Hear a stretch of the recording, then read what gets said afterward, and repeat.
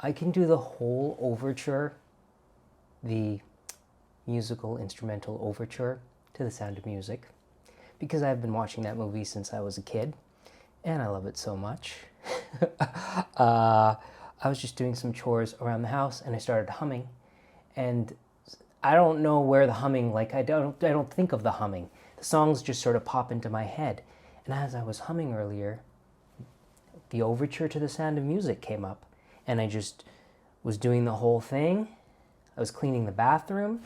Note, just here's a side note. You probably, all of you have the toothbrush that you use for cleaning. I keep the cleaning toothbrush in the cleaning bucket, but sometimes, here's the thing you gotta look out for. Don't leave the cleaning toothbrush on the bathroom counter. It's very dangerous, because there have been a couple of times when I have done that, kind of forgotten about it, and then later that night I'm brushing my teeth and I'm thinking, the toothbrush feels kind of weird. And then I gag and it is the worst thing, because the toothbrush that is used for cleaning the grime around the tap, the faucet, I just put it in my mouth and was brushing my teeth with it. That's the most disgusting realization. I lose it. I start screaming. I have to run around and it's just disgusting. It's so nasty. So as I was humming thoughtlessly, ugh, these are dangerous. Anyways, that was sitting on the bathroom counter, and I'm gonna put it away right now, because this is what's gonna happen.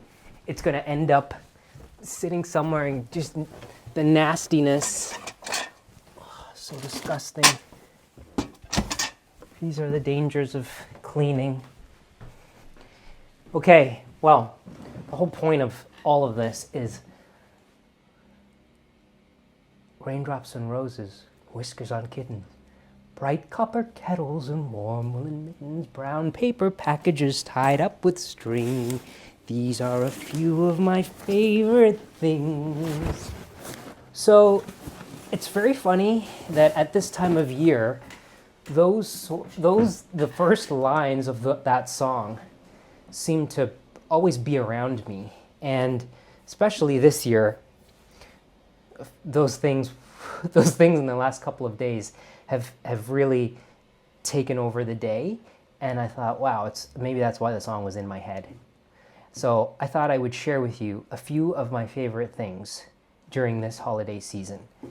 Let's start with bright copper kettles. Well, this isn't a copper kettle, but I have had this watering can for maybe 6 or 7 years. I bought it in a little antique store in Hudson, New York on Main Street. It is made by a company that's been making watering cans for quite a while, over 100 years, Haws, Haws. And when I lived at home with my parents, we used to get a catalog from a wonderful Canadian company called Lee Valley Tools. And it was in Lee Valley Tools that I first was introduced to the most beautiful watering can, I think, available. Copper watering cans made in England.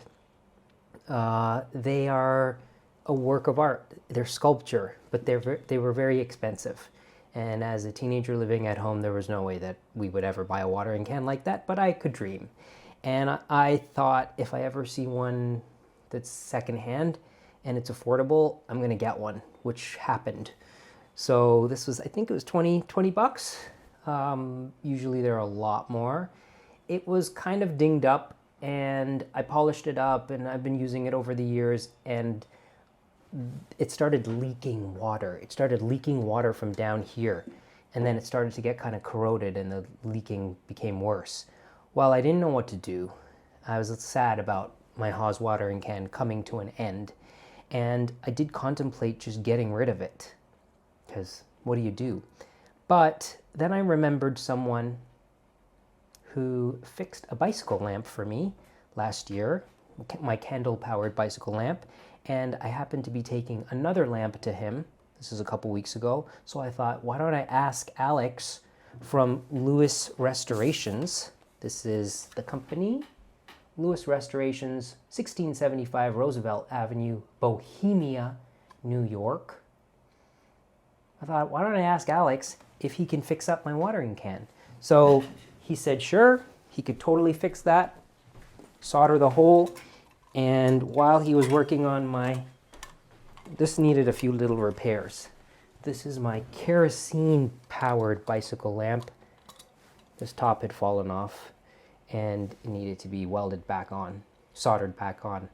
So he did that, he polished this all up, and then he fixed this and polished it. And when he took it out of his van, I was so happy. This can be used. I didn't have to throw it away. And seeing bright copper all polished up, I have to also show you how this pours. Part of the beauty of this thing is the shape of this, just when it's sitting on the side waiting for it to be used. It's a beautiful thing. This is my whole MO. The useful things in your life, find beautiful versions. And then this brass rosette, this is also made by Haws. It says Haws Genuine.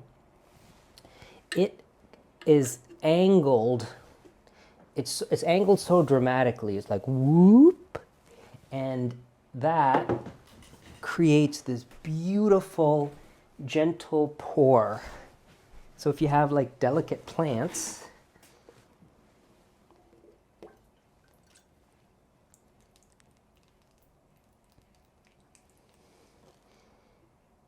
it's such a lovely thing. Oh, it's a little drippy. My Haws watering can, bright copper. So that's the first of my favorite things. You know, I wanted to share Alex's information with everyone out there from Lewis Restorations, because discovering what this guy does, the card says chandelier installation, lamps rewired, polishing and refinishing, gold, silver, brass, copper, nickel plating. They replate metal. They don't do chrome replating, but they do everything else. And I went to him because I had the bicycle light. So I think I looked up lamp restoration or lighting restoration. I met him outside of his van and showed him the thing. And he's like, yeah, I could absolutely fix this up. And he revealed to me that in their workshop, they could do all kinds of metal restoration. So, you know, this not being thrown away is only possible. Well, maybe someone else could have done this, but it's only possible to keep these things kind of going and alive by people like this who run these businesses. This was his dad's business. He's second generation or third generation. He's keeping it alive. And I want these companies to stay in business, because it's through them that we're able to maintain this old world beauty in our lives. It's because they do what they do. So if you have things at home that are metal, that are old, that are kind of, you know, the plating's coming off of it, or the metal doesn't look great, send it to Alex. He'll replate it for you, and he will make it look incredible. He'll make it look new again. Or if you're out antiquing, or if you're at a yard sale or a thrift shop and you see something that's old and kind of mashed up or rusted, but you really love the shape of it, remember this guy and send him your stuff, because I guarantee that when it's refinished, you're going to love that thing so much. I mean, look at this. Lewis Restorations, 1675 Roosevelt Avenue, lewisrestorations.com. If you need his info. I really like supporting this with my crazy finds. So that's the first thing. First of my favorite things this season. What's the song? Raindrops on roses, whiskers on kittens, bright copper kettles, warm woolen mittens. Okay, here, apropos, is warm woolen mittens. So I just gotta wipe this up. I've spilled some water, but I'll keep talking. You know, when I worked at Pioneer Village, here we go again. When I worked at Pioneer Village, it's like this one time at band camp, it's like that. It's like what I always say when I worked at Pioneer Village. Well, when I worked at Pioneer Village, I had a friend named Sandra McFarlane, lovely Irish lady, and she was a great knitter. She introduced me to this book called Fox, Geese, and Fences, and it was a book about knitting mittens, traditional mittens from the East Coast, like Maine, Nova Scotia, and it's a fantastic book. This book, which I just got, all these books are out of print. This is the second book written by the same author. It's called Flying Geese and Partridge Feet, and the author is Robin Hanson. You can only get these books secondhand now, but they are treasures because the knitting patterns in here, it's more than just the patterns, it's the methods of knitting.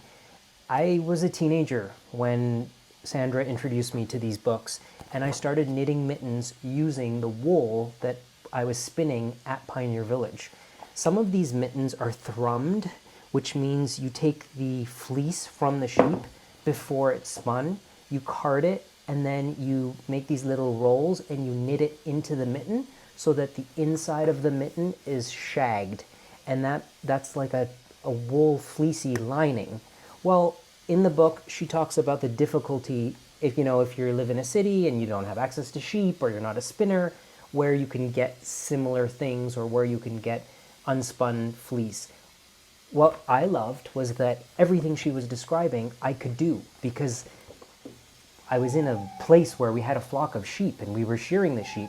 Some of these mittens call for the fleece to be not even carded, for it to be, I have some right here, for the fleece to be just washed, and then you pull a lock off of the fleece, okay?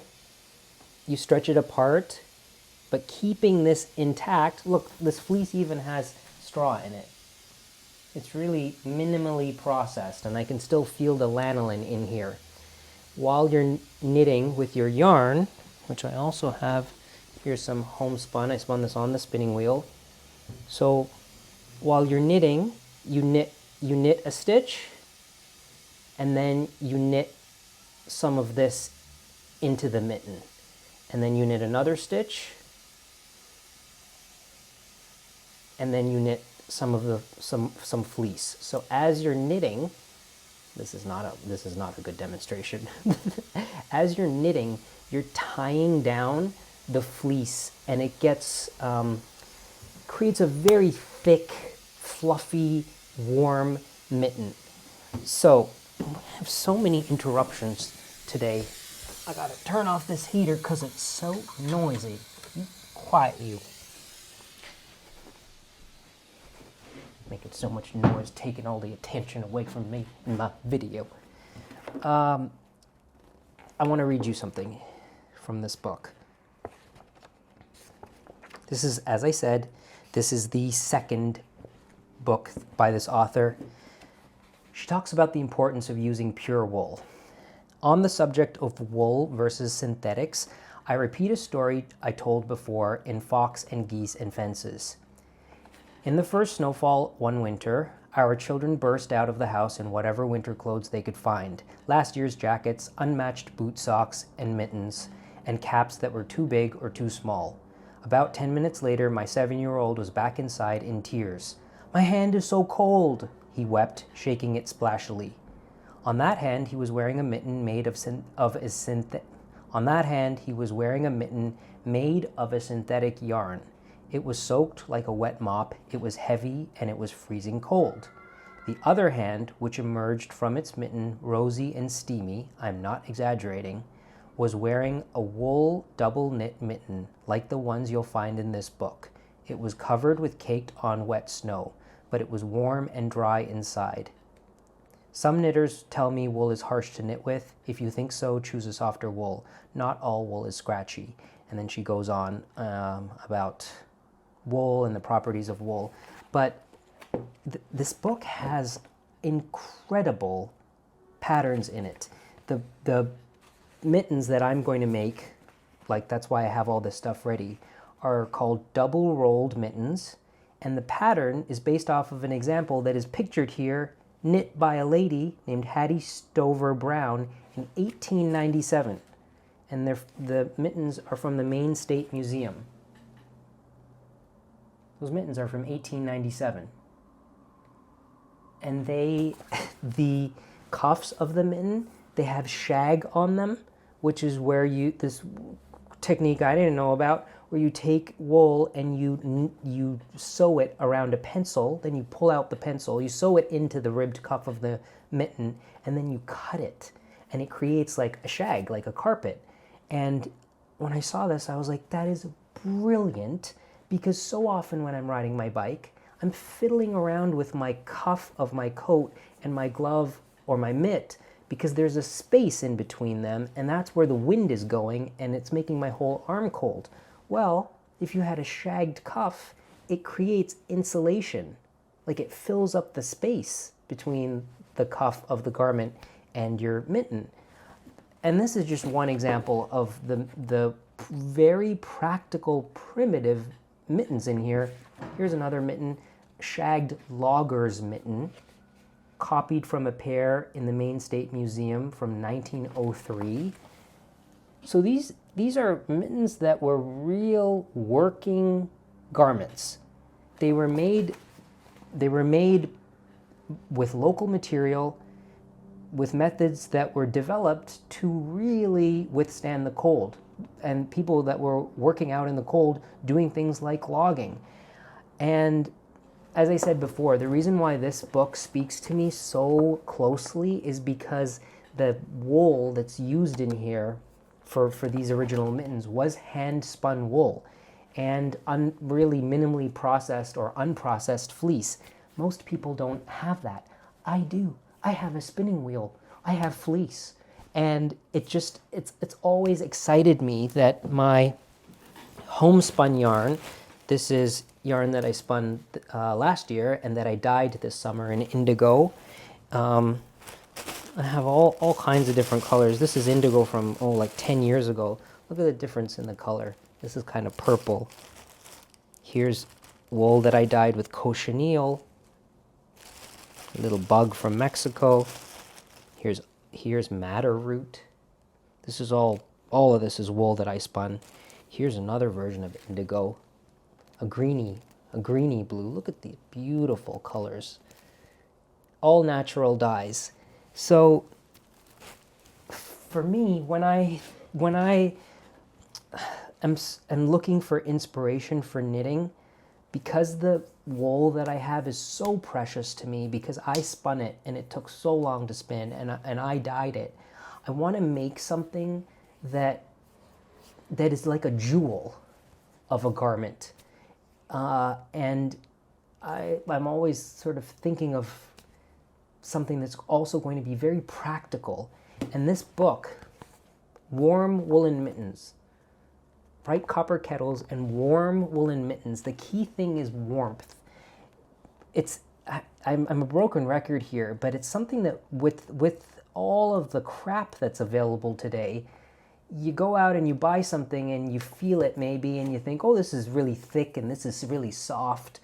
These are going to be great gloves, or these are going to be great mittens. Well, if they're synthetic, they're not. It's the properties of wool that make it so wonderful. It's the properties of that natural fiber that insulate your hand and keep it warm. And that is, it's not the same when it's a synthetic fiber, no matter how thick it is and how fluffy it is. So my relationship with wool is almost like a religion at this point. And this book, is the arrival of this book, has made me so inspired and excited, because I'm going to start today. I don't have the right size knitting needles. I'm going to go out and get some, but I'm going to start making those mittens, warm woolen mittens. Brown paper packages tied up with string. So I make things that I wrap up with brown paper and tie them up with string, and I gift these. Here's some bars of my Wise Man soap, and this is one of my favorite things to use and to gift.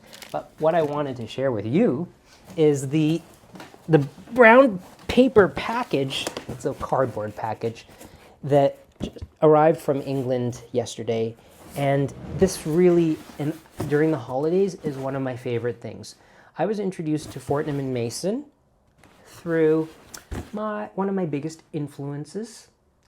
I'm an influencer, but I have influencers who influence me as well. My friend Christian, my friend Laura, my friend Heidi, my friend Caroline, and Anna, my old boss from Munich, who taught me how to really live, take care of yourself, buy nice things when you can afford them. And Anna would gift Fortnum and Mason products, foodstuffs, to her family every Christmas. So I started doing the same thing. And one of the things I discovered from Fortnum and Mason, which was established in 1707, is in this box. I love this company. I think it's Canadian owned though. But one of the things I love about this company is the stuff is super high quality, but when it arrives, it is so beautifully packaged. And that line, brown paper packages tied up with string, it's the package that's exciting. That's part of the wonderfulness of the gift, is the packaging. A brown paper package tied up with string, no tape, no having to cut through tape. And this company, they are a class act from start to finish. They really are. Every year at Christmas time, I have something to order from Fortnum and Mason. And look at this box, okay? It's all paper, and then when you need to open it up, I'm going to show you, because I want to share with you the pleasure of this. You do this, okay? And then look at the inside. It's such a pleasure to open this box. Okay? And here, this really is one of my favorite things during the holidays from Fortnum and Mason, and this box has multiples of them because I will be gifting these to people, certain members of my family and certain friends. Look at this. It's all paper.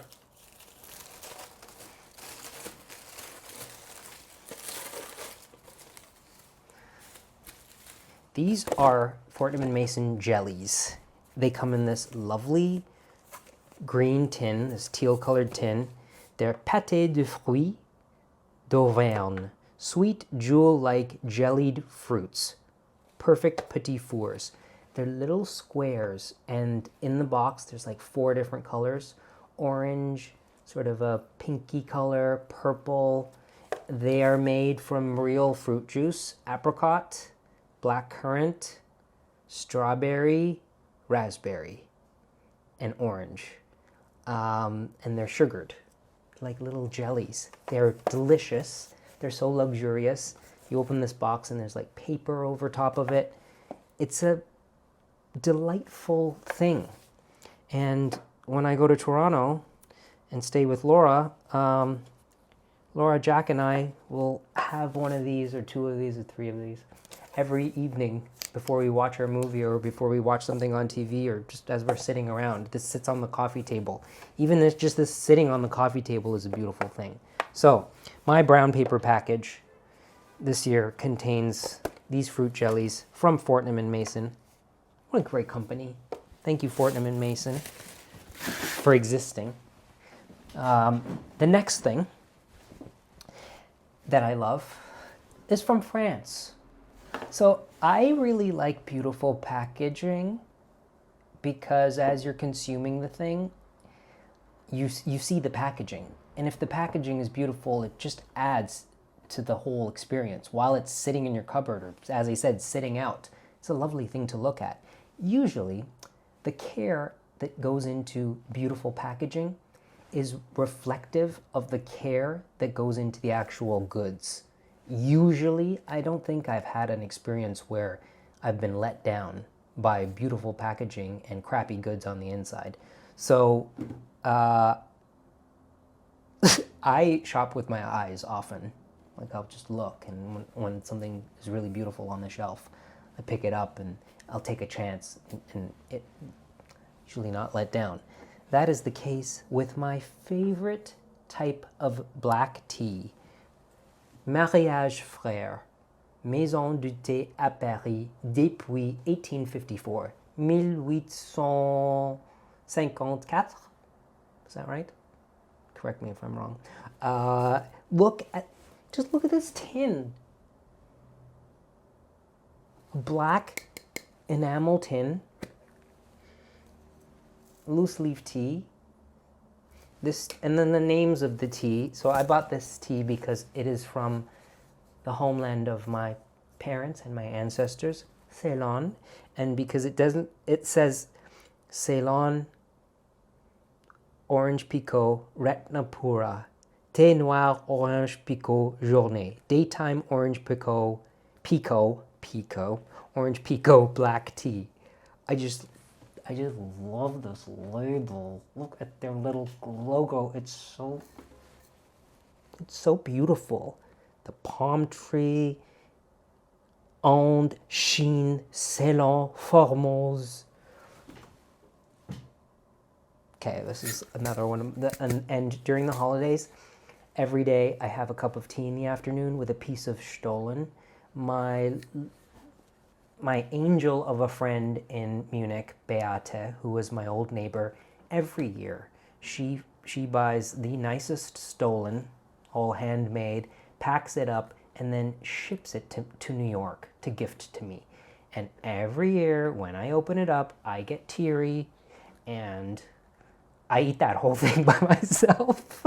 It's a big loaf, but every day I cut a piece. It has this wonderful crystallized powdered sugar on it, full of like dried fruit, and I just sit, I have a cup of tea, and I have my piece of Stollen in the afternoon, and I think of her, and she unfailingly sends one of those over every year. So I don't really drink tea often, but during the holidays, it's a daily ritual. It's cold outside, it's gray, it's kind of bleak, and I mean, this is like what England is like all the time. So tea kind of warms your cockles. That's another one of my favorite things. And the last favorite things that I'm going to share with you are lighting. Lighting during the cold winter months that starts now. In the evenings, I'm very conscious of the light in my apartment, the artificial light, anything that's not daylight. I have a wonderful tin lamp that was made by my friend Lizzie, a pierced tin lamp, which I turn on. But then I also have beeswax candles, and I make beeswax taper candles, but I don't make beeswax pillar candles because they're very difficult to make. And the company that I love the most is Big Dipper Waxworks. These are made in America. They're 100% pure beeswax. They come in different colors, and they just burn so beautifully, and they're so affordable. Like for the price of a pound of beeswax, because I buy the stuff to make candles, these pillar candles are so economical, and you can buy them online, or you can buy them in store. They sell to many stores, and that's where I first discovered them, in a shop where I picked them up and looked at them, bought one, brought it home, burned beautifully, and then I just became a big fan of this company, Big Dipper Waxworks. They've been around for quite a while. The last thing that I'm going to share with you is something that I've had for a couple years that's been sitting in a box. I bought a bunch when I was decorating the barn in Rhode Island, and then I thought, oh, I'm going to just put this aside. I don't know, I was dreaming. I was like, if I have a house one day in the country, I'll use this. I don't really live that way. I like to use things. So I saw the box, opened it up, and thought, I'm going to start using this now. So this has not been used. It's going to be used probably every evening in my bedroom. And that's this brand new, but a very old-fashioned brass oil lamp by the Vermont Lantern Company. And the Vermont Lantern Company makes these, well, they manufacture these really high quality brass lamps that are just like the old ones. It's heavy and it is solid. And I know from using the hurricane lamps in Rhode Island that they're great. They're really a wonderful investment. The mechanism, like all of this is it's solid brass. Look at this wick. So this is an Aladdin lamp, I think. It's a very wide wick that gets rolled, and as it comes out of the burner, it's a cylinder. So the flame is a little ring of fire. I fell into a burning ring of fire. Went down, down, down, and the flame went higher. And it burns, burns, burns. Burns, burns, burns. Now I sound like Lana Del Rey. Dropping all my things for the summer. Everybody said it's a bummer, but I didn't stop when I got your number, 'cause I liked you a lot. Okay, anyways, those are my favorite things this holiday season. As it gets cold and dark and bleak, just bring some warmth and light into your life.